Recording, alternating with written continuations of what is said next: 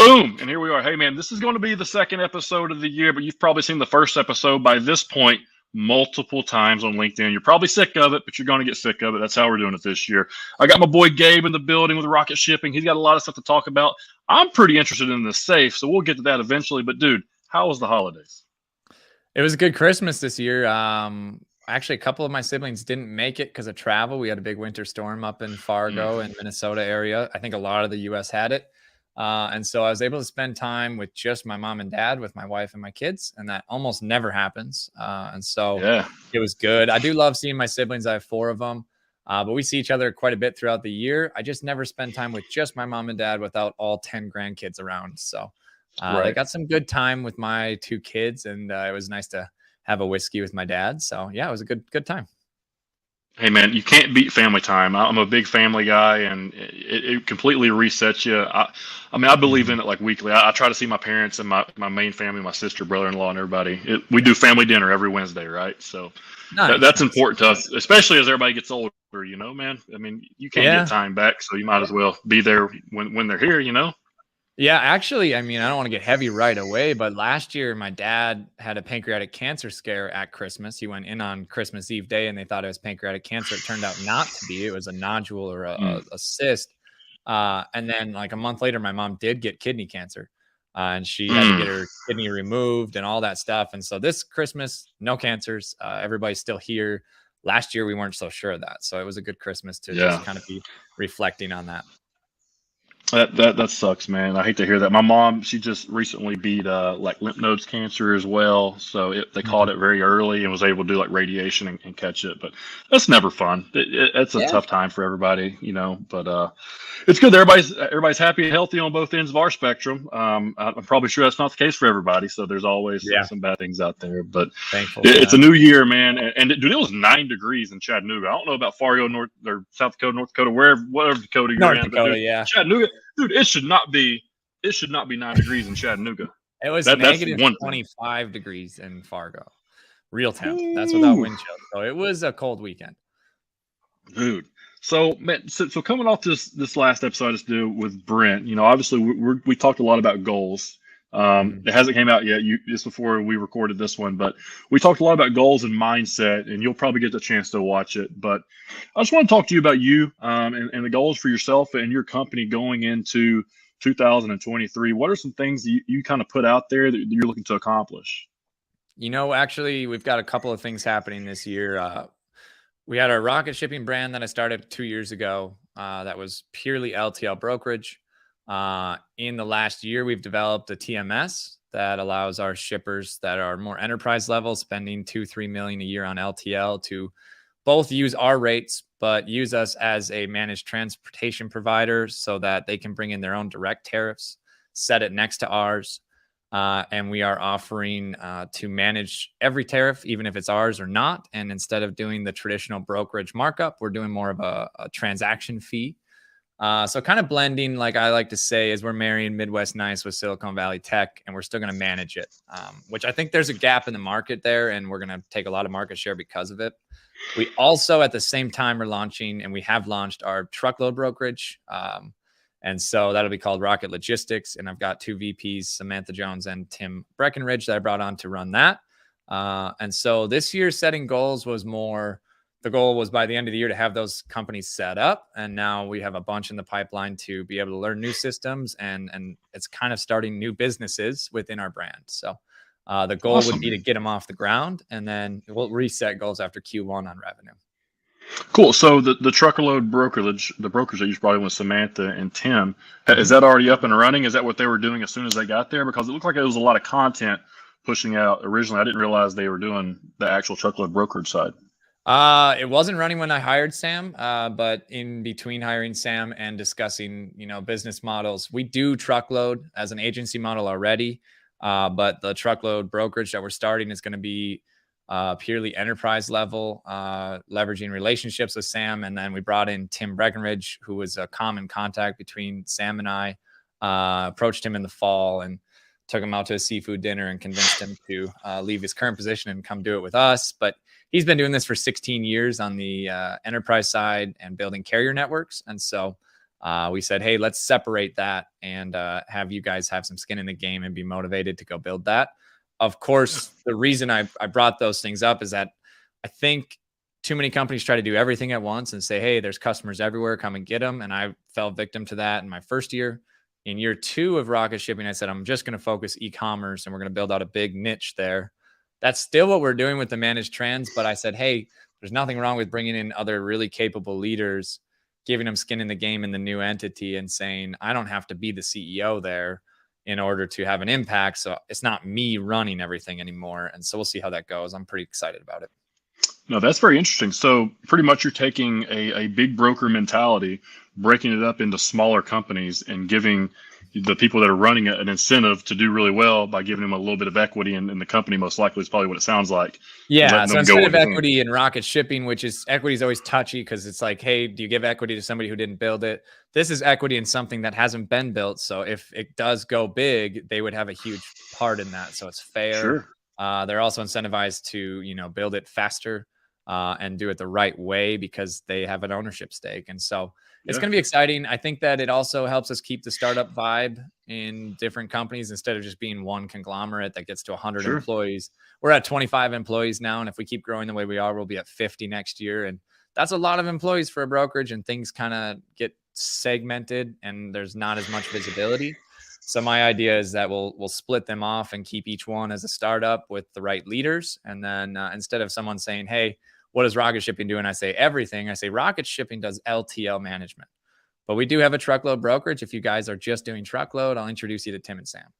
And that way each segment is good at what they do, but maybe not a Swiss Army knife.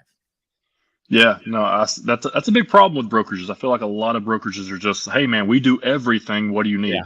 And it's like, no. Tell me what you do good, and then we'll see if that works for us, right? That's probably a better model to go with. Because you don't necessarily want Walmart all the time, right? Or dollar store. Every once in a while you want Walmart, but not for everything. And I think the total addressable market in logistics is massive, but people just go after the whole thing and they end up with just a little bit of nothing. So it's a great quote. That's a great quote. So, dude, you've been doing a lot of sales talk and team building on LinkedIn. Talk a little bit about what you're doing there, how you're building out your teams, and kind of some of your sales strategies and what you're talking to your people about. Yeah, I've taken, we're calling it Rocket Revenue now, and I've kind of redone since this fall the traditional sales model.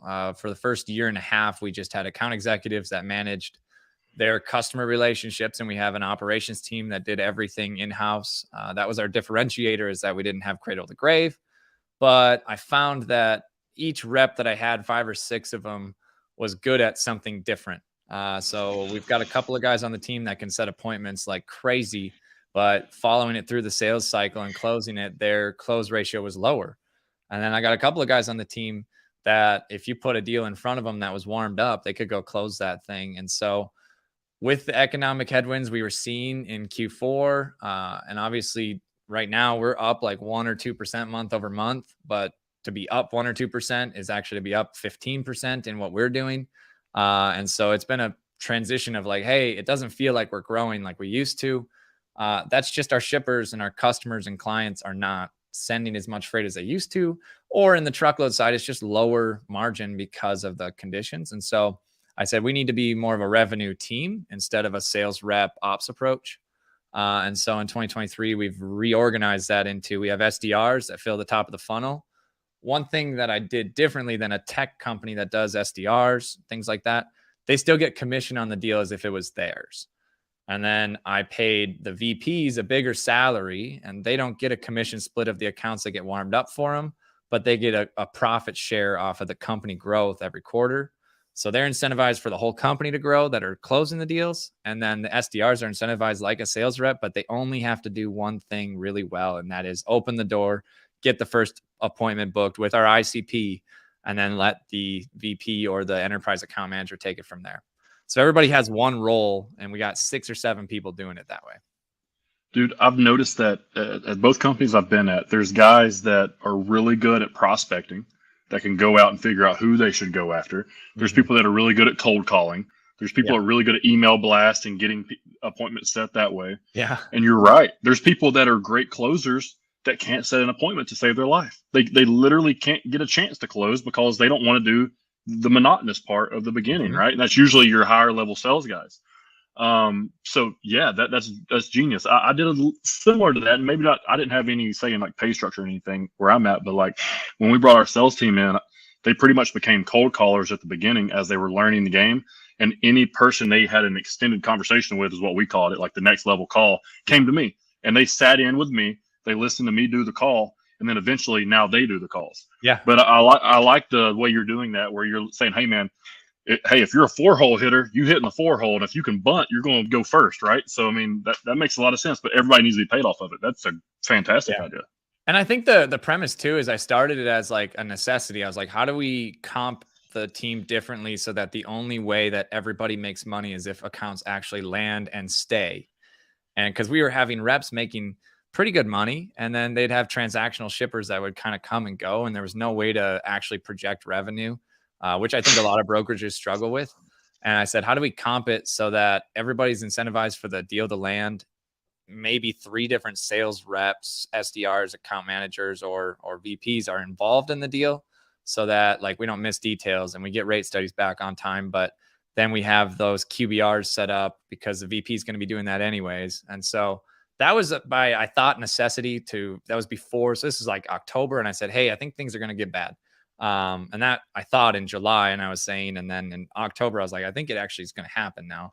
It maybe isn't as bad as I thought it was going to be, but it didn't go smoothly.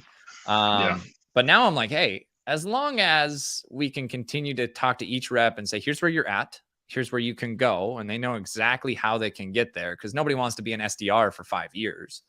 They do want to progress. So as long as we align that and say, hey, if you're here, here's the metrics you'd have to hit, work you'd have to put in, and how you can kind of prove it to get to the next. As long as we're that, I think I'm going to keep this revenue model because it's working. Our pipeline's bigger than it's ever been because we have so much front to funnel and it's being worked. We didn't add more revenue in Q4, but in Q1, it's going to explode. Yeah, well, that's great, dude. So you put out a post, and maybe this was tied into this, where you guys did, was it 1,000 cold calls? 3,000 cold calls in 3 days? Yeah. Okay, so 3,000 cold calls in 3 days. Now break that down a little bit, because in the post, obviously you mentioned your team, so it wasn't just you or one of your sales reps. It was your entire team that you probably pulled in and said, hey, listen, we're having a huge focus on cold calls for the next 3 days. How many people were a part of that? About how many phone calls per day was that for each rep? It was, I think, 8 people total cold calling, including me. And it was around 140 cold calls a day per rep to be able to get it. And at the end, the last day, we actually were behind pace. And so I had the marketing team start calling and getting past gatekeepers and then handing the phone off to the reps who were anybody who wasn't on the phone. And I brought everybody into Fargo for it. So the whole team was here, and we worked we started at 7 a.m. because East Coast is open. And then we didn't end the first day until 7 p.m. And like we had some shots, and we had some pizza, and we had everything in here to keep everybody motivated. A good story is day 2, or no, it was day 2. And we did our blitz in the morning, and everybody had to get 100 calls in before lunch. And so there's no HR rules here, of course, because everybody bought into this, but you couldn't eat lunch until you made your 100 calls. That's not normal culture here. That's just a 1 week thing, but Sure. Can't eat lunch until you make your 100 calls. And we got a bunch of chicken sandwiches from a place called Slim Chickens in Fargo. And after we all ate, we just sat there and talked, and then it'd been an hour, and we're like, oh, nobody wants to go make cold calls. And so in true Fargo fashion, I made everybody walk down to the bar down the street for a drink in the middle of the afternoon with no coats. And it was like 0 degrees, and that woke everybody up. And then we came back and watched it. So, dude, I love that. I love outside the box thinking like that. So we'd have 3 sales reps at a time bringing in a new class. So we'd do this thing called Hell Week. And we'd have, by the time we got to this, we actually only had 2 people. So the goal was treat it like a Navy SEALs training week. And they had to get 1,000 calls in that week with just 2 people. Well, that's a lot of phone calls, man. That's a lot of phone calls. But they did it, and they did it twice. Now, I can tell you this, both times they did it, we saw results. Maybe it didn't happen immediately, but it might have happened down the line. Mm-hmm. How how much did you add to the pipeline between those 3,000 calls? Like, what were the real numbers? Because people want to know that when it comes to sales. Like, how many phone calls do I have to make to land a customer? Did you guys land any customers that were new within 3,000 calls? What were kind of the data that you collected? I know you collected. I know you're a data guy. Yeah, we use HubSpot to track everything. So we called it Blitz Week, and we made a separate pipeline in our dashboard for just Blitz Week accounts so that we can track all of this. And so far, we did 3,000 calls, and we got 79 deals or opportunities, not just leads, but we converted them into a meeting or some type of quote. Okay. And so some of those are. So let me clear that up. So when you're saying an opportunity, so an opportunity would be you had a conversation and that led to either you're getting to a decision maker to make the call, or you're getting a chance to quote freight, right? Yeah. So 79 deals where we talked to decision makers and they said, maybe we're interested, let's continue talking. And so that would be like the start of our sales process. If it's transactional, if they're a smaller business that just says we move a couple shipments a week, we would move right into let's quote those shipments. Several of them are actually like $2 to $4 million LTL spends. And so there's 5 or 6 of those that obviously will be longer deal cycles and a bunch more analysis. But we did move. We've got 4 accounts that I've already transacted and become clients from that in November. So that's a little quicker than our normal 45-day pipeline. But typically 60 to 90 if it's a larger deal. And we've disqualified. We always disqualify with reckless abandon here. We put it in HubSpot, and if it doesn't get moved in the first 7 days, we have somebody on our team. Her name's Maggie. Her only job is to make sure that notes are added to HubSpot and tasks are followed up on as a team. And so we remove them from the board if they're not being worked or we don't get anywhere. And so once a week we meet and we say, is everything moving along? If it's not, remove it.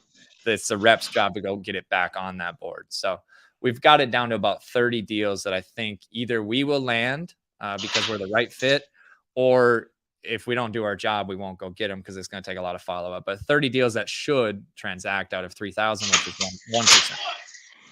That's really cool, dude. So, I mean, you're looking at, so there you go, people. You want to hear it, the true real numbers of sales. You're looking at about 3,000 calls. You might have 30 opportunities out of that. So it does take a lot of hard work to. And that was to clarify too, because I got a little pushback on that post. Those were ICPs. And so like we took a week and every rep had to create a list of accounts that they knew shipped LTL freight. We used Zoom Info to get the right contact info. We had multiple contacts and phone numbers. So it wasn't like we just blind dialed Hennepin County library list. And then, because I think that would be 3,000 down to like 3. But even with a vetted list, it's still all about in this industry is like rabid follow-up. And so, and actually adding value instead of just being another broker. So 30, I was pretty happy with 30 being actually qualified correctly. And I think we can close all of them. Now the timeline might be 120 days for some, and it might be another 10 days for the others, but we're transacting with 4 and we should have another 10 or so in January. Cool. You talked about the CRM. You guys use HubSpot. So talk about how important that is, having the data, being able to go back and look at it and continuously weekly. It sounds like you meet with your team and talk about it and figure out what's good, what's bad, what we need to get rid of. How do you guys maneuver your CRM? So we have different pipelines. And so like we have the Rocket Logistics and the Rocket Tech and the Rocket Shipping. And so we create different pipelines. And this is not something that I've had figured out for long. This is something we implemented this fall. We've been using HubSpot, but not the way it should be, in my opinion, until recently. But we go in there and we put a deal amount on we put an amount for every deal, right? And then we go in there and we create dashboards and we say, hey, here's our target for the month or quarter. We want to add this much revenue in this many accounts. And we call an account would be, somebody who's never shipped with us before is now sending freight with us, whether truckload or LTL. And then we track number of deals added by each rep, our close win rate, and our close loss rate. And so those are the things that I track. And then of course, each meeting every week, we actually, to take a step back, use HubSpot to track everything. And everybody can talk to each other in there and leave notes, and it tracks every email we send to every contact. So we don't have to use Gmail. We can go in HubSpot and I can see that my VP, Michael, has emailed the credit app to this account. I don't have to ask him. I can see it. But every week we do it a little more old school. We have a big old whiteboard in the office and we write down the name of the account. And if they're a preemie, we call it like, hey, they've been qualified, but we're not doing anything yet. We just think we will. if they're 90% or if they're 51%. And then every week I stand in front of the whiteboard and I call out every rep and I say, what are we doing with this account?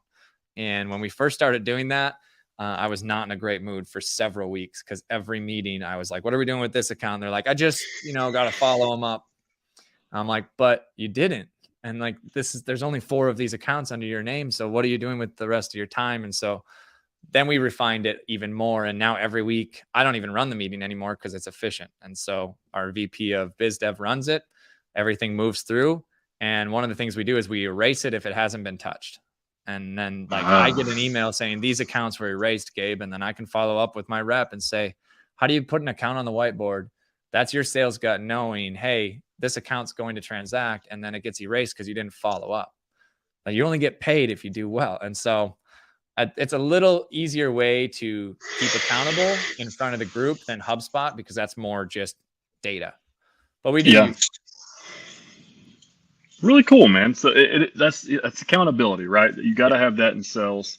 And it's one of the things where a lot of people don't want to do it because, I feel this way sometimes. It's like, why do you have to micromanage people to do their job? Right. But, and it's not the fact that you don't trust them, but sometimes people just don't do it unless you stay on them. And then you feel like the bad guy because you're just like, dude, you make that phone call. Did you send that email? What did you say in that email? Why did you say that in that email? So it's like you're trying to carbon copy yourself as many times as possible, but you're never going to be able to. So I think it's really smart what you're doing with playing to the strengths. You're probably seeing a lot of benefits from that, if I just had to guess. But I want to talk about the safe. So you and your whole team, right? You've built out a pretty good team. You guys do a good job on LinkedIn as well. I wanted to give you props on that. Your entire team. We're trying to get especially to 11 runners, so. No, y'all are doing good, man, as a team. But like the copy, the copywriting, I know you guys are studying it because I can see it literally in your stuff. So good job on the copy. But it's really good, and it does hook you and bring you in. What is the safe? Give me the news. Tell me what it is. How can I help? Yeah, so I sat down with our leadership earlier this fall, and I said, one of our core values is giving back to Fargo in general. Like, we want to always give back to our employees. We do different bonuses for Christmas and stuff with our employees. But I said, hey, is there a way that Rocket Shipping can utilize our brand on LinkedIn to raise funds? I said, we've invested so much time in building a brand on LinkedIn. I think it'd be silly not to try to utilize it some way. And our VP of marketing and tech, Troy, said, what if we shipped a safe and did like, we shipped a safe from one client to the next and collected like a pledge drive. And I said, yeah, that'd be pretty cool. How would we do that? And, we kind of laid out how we might do it. And then it got tabled. And our marketing operations manager was due with a baby over Christmas and all of these different things. And so at the beginning of December, I said, hey, are we going to do this? And we got a little hesitation. I said, no, we're doing this. And so then it was like rapid deployment of how we're going to make that happen. And so what we're doing is we picked a nonprofit in Fargo that's called Unseen. And what they do is they partner. They're kind of a force multiplier. They collect funds and then they give it to organizations that end human trafficking, or that's their goal, right? And so it's all over the world. But they are very efficient and they're very connected to the communities that need the money and need to have that donation. And then, their claim is that every dollar that gets donated to them, they turn into $3 because they're putting it in the right places. And so they're right here in Fargo. And, human trafficking in general, it seems like, oh, yeah, that'd be a bad thing. But in 2016 to now, there's been a 23% increase in the amount of people that are in modern day slavery, and it's getting very sophisticated. And so it's not just trafficking of underage girls and boys, which is despicable, and that happens, but now it's so sophisticated that there's $150 billion behind this industry in dark money. And they essentially, it's like the mafia. They they target girls and they groom them, but they don't put them into the trafficking trade until they turn 18.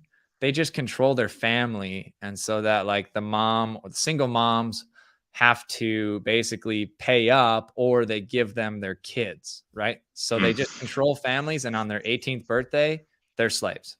And so it's legal because they're 18 and it's just sex work, but really it's very sophisticated human trafficking. And that's why it takes certain organizations to be able to target it. The reason that we're doing it is to raise awareness of that and raise funds. But one of the cool things we're doing is we started it now, and we're going to end it the second weekend of February at the Super Bowl. And I'm going to go down to Phoenix and receive the safe at the Super Bowl. And one of the things that we're doing with it is that the Super Bowl is the single largest event every year for human trafficking, because all of that dark money ends up at the Super Bowl, and they bring in the girls and boys to do all of the trafficking and sex work there. And like, we're going to share a lot of articles about this, but there's been a lot of controversy over, sex work at the Super Bowl, but really it's very sophisticated trafficking. And so we're trying to shine a light on that. One story I have is that when the Super Bowl was in Minneapolis, which is Minnesota, where I grew up 4 years ago, there was a bunch of local news articles about human trafficking and like the signs and how to spot somebody who's being trafficking and see something, say something type of thing. But there's no national news media about it, not any. And the reason is that Minneapolis and Phoenix and Dallas and all these huge cities are bringing in billions of dollars of revenue for the Super Bowl. The last thing they want is a bunch of press about sex trafficking. And so we're gonna make some noise about it, and we're trying to collect funds in two ways. We have a GoFundMe link for LinkedIn users to donate that in the logistics community.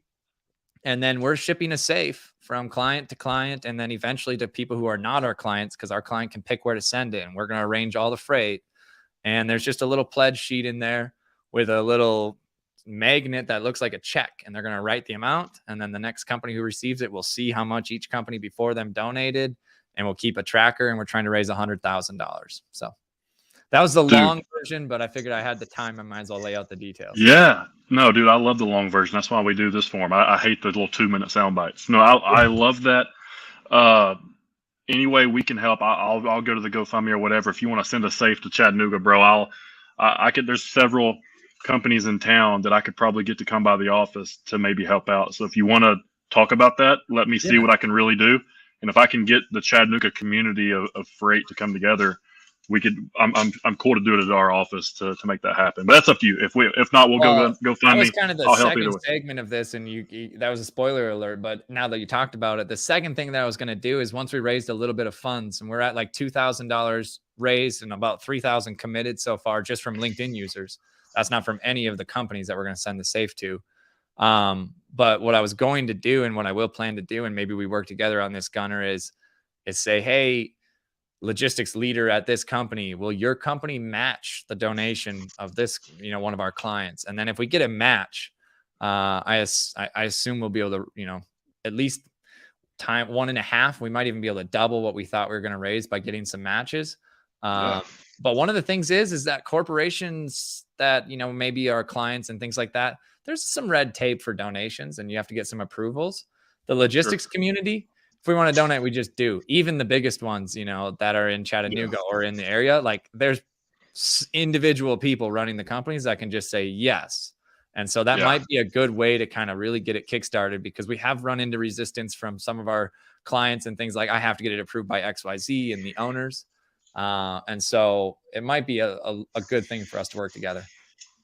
Yeah, so I here recently, I haven't made it known too much because it's not official till next year, but I've became the vice president of the Chattanooga Transportation Club, and we're going to start that up. So Brian Milliken, he's getting it back started. It's been a 100-year tradition that's went away since 2016. He's bringing it back. Okay. He was a part of it prior to that. We have one in Northwest Georgia, but now we're doing Chattanooga. So we're calling it the Chattanooga Supply Chain Association instead of logistics or transportation. Yeah, everybody, shippers, everything. So I'll be the VP of that next year, and then I'll run that in 2024. But I would love to use my network of local people and the people we've had at our tournaments and our events and spread that word, because like Chattanooga is a large logistics community. Even though we're all in competition, some of us don't get along. Everybody's here for a good cause, right? So I think it'd be a great way to bring everybody together. And one of the things we're doing is like we partner with Tive. They like have a GPS tracker, so it's going to be in the safe. And then every donation, we're asking the company to put their sticker on the safe. And so if we could send it to you guys or someone in Chattanooga, and we could just, anybody who did donate, they don't all have to be there, but they can put their sticker on the safe and then get some social media from that. So, because obviously awareness is more than the money, is the awareness. I think that's more my cause. I hope we raise a bunch of money because it's, 3-to-1 return on where we're putting it. But like just getting the awareness out there of like, hey, the Super Bowl is the largest human trafficking event. Who knew that? It's not talked about. So. Yeah, no, I mean, I'm a huge sports fan, huge football fan, and I had no clue. I would say, if I had to guess, I would say the World Cup is right up there too. If I had to guess, I think it's U.S., and so I'm guessing the World Cup is even worse because there's much more trafficking in the world than there is in the U.S. Although per capita, the U.S. is pretty bad, and you wouldn't think that because it's sophisticated. It's not what you think it is. It's not just people kidnapping girls. It's just they control their families. And so there is kidnapping as well, but that's a smaller percentage than the sophisticated ring that kind of goes on in the US. Well, people don't understand like how many big shot callers and ballers from all these like gangs and mafias and organized crime syndicates that headquarter out of the States because they have so much money they can hide here. Yeah. Like there's a part to having a lot of money, especially if it's not like taxed by the IRS or the government knows about it, that you can do whatever you want to. Like if you've got a couple $100 million, you can really do whatever you want. Like that is completely freedom. And a lot of those people do it for the wrong reason. And this is one of them. So it's just pathetic, dude. It's sad that we even have to talk about this.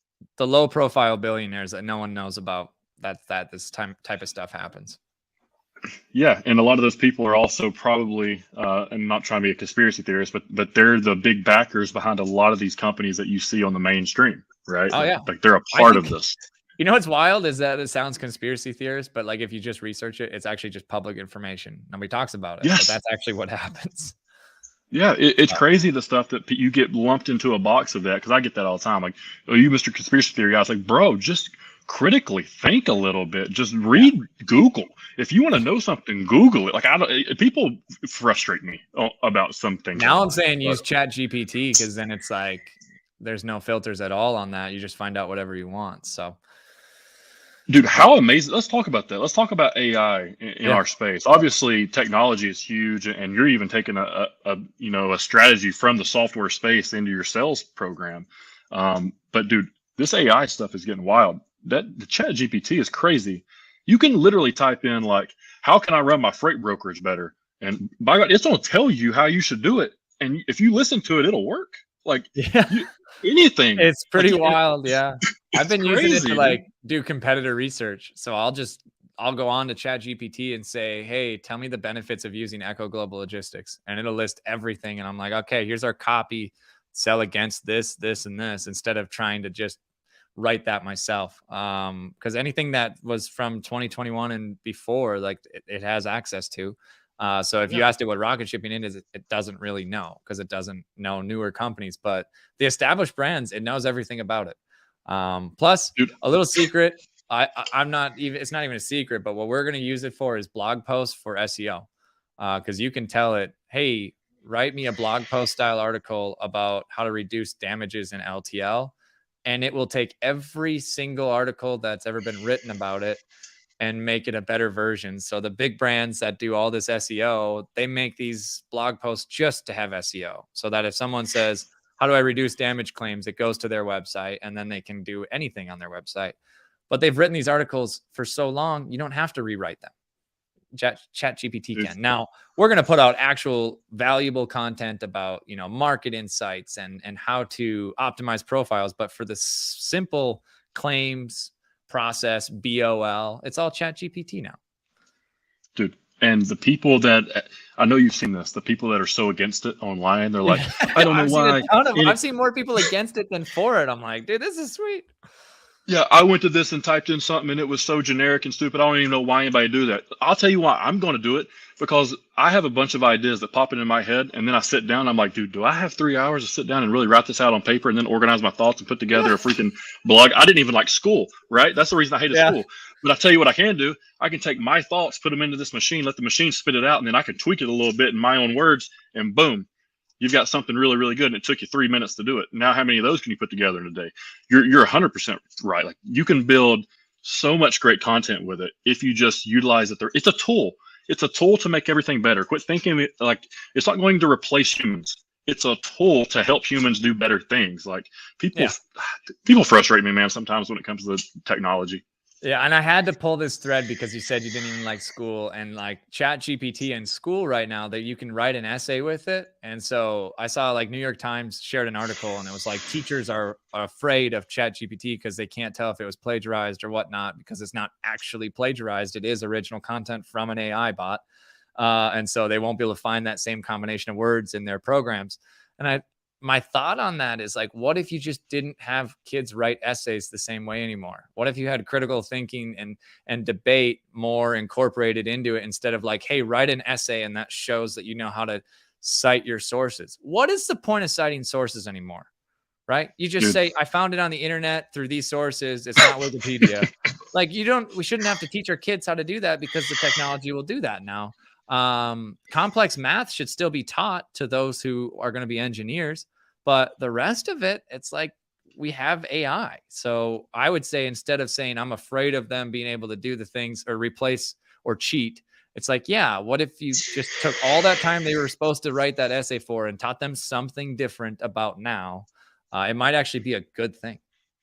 The key is problem solving, being able to find the information that you want and taking that information and using it to solve a problem that you need to solve. Like, that is what I think school is. When, like, the best thing I learned about school was, one, communicating and connecting in my network and football and being around people in the media. That was one side of school I learned. It had nothing to do with the classroom. The other side of school I learned was more so the, hey man, you got to write an essay on this, but you got to go research it first. I learned more in the research, not the writing. Not the oh, I had this many right sentences and this was a run on. This is what, dude. Word corrects all my mistakes when I'm writing. Like, Grammarly or Word corrects everything now. You don't need to teach that skill as much. And so what you could do is say, hey, you have to give a presentation about this topic instead of write an essay. So then you can use ChatGPT to help you do the research, but you still have to go to multiple sources and learn it and be able to tell it to somebody else. It's a better skill than being able to write it, because we don't have to be able to write it anymore. Now, that's maybe a hot take, and some education teachers in preschool and middle school would be like, this is ridiculous. But I don't know. You don't need to really teach proper grammar that way anymore, because you could have Word correct it. Sure. And knowing how to speak it is one thing. So I think more so speaking and public communication is more important than writing at this point in our phase of life. Like if you, let's say you can't write. Okay, I can't write anything down on paper. Well, who cares? Can I press record on a camera? Because that camera can convert my words now. Like, so why do I have to be able to write per se, unless I just like to write, want to write, need to write? If you can type and you can speak, you're good. So a lot of this stuff, we're seeing how school was so brainwashed and so old school. Like, it's such an old system. New education is, if I want to learn how to be a freight broker, I'll pay somebody to teach me how to be a freight broker that's been being a freight broker for the past 10 years. I'm not going to go to school. Old school apprenticeship. Did we go full circle almost on that? Instead of going to school for it, go work at a brokerage and have somebody mentor you? Dude, so Chattanooga, like UTC, the school I went to, and this whole freight community, they're building out this freight broker school, right? They're going to do the first ever freight broker school in Chattanooga. You got to pay to it, go to it. It's like a class, all this stuff. People from around town are going to teach it. I've got some, okay, listen, that's good, right? It's too long. Nobody needs to take no 3-month class to learn how to be a freight broker.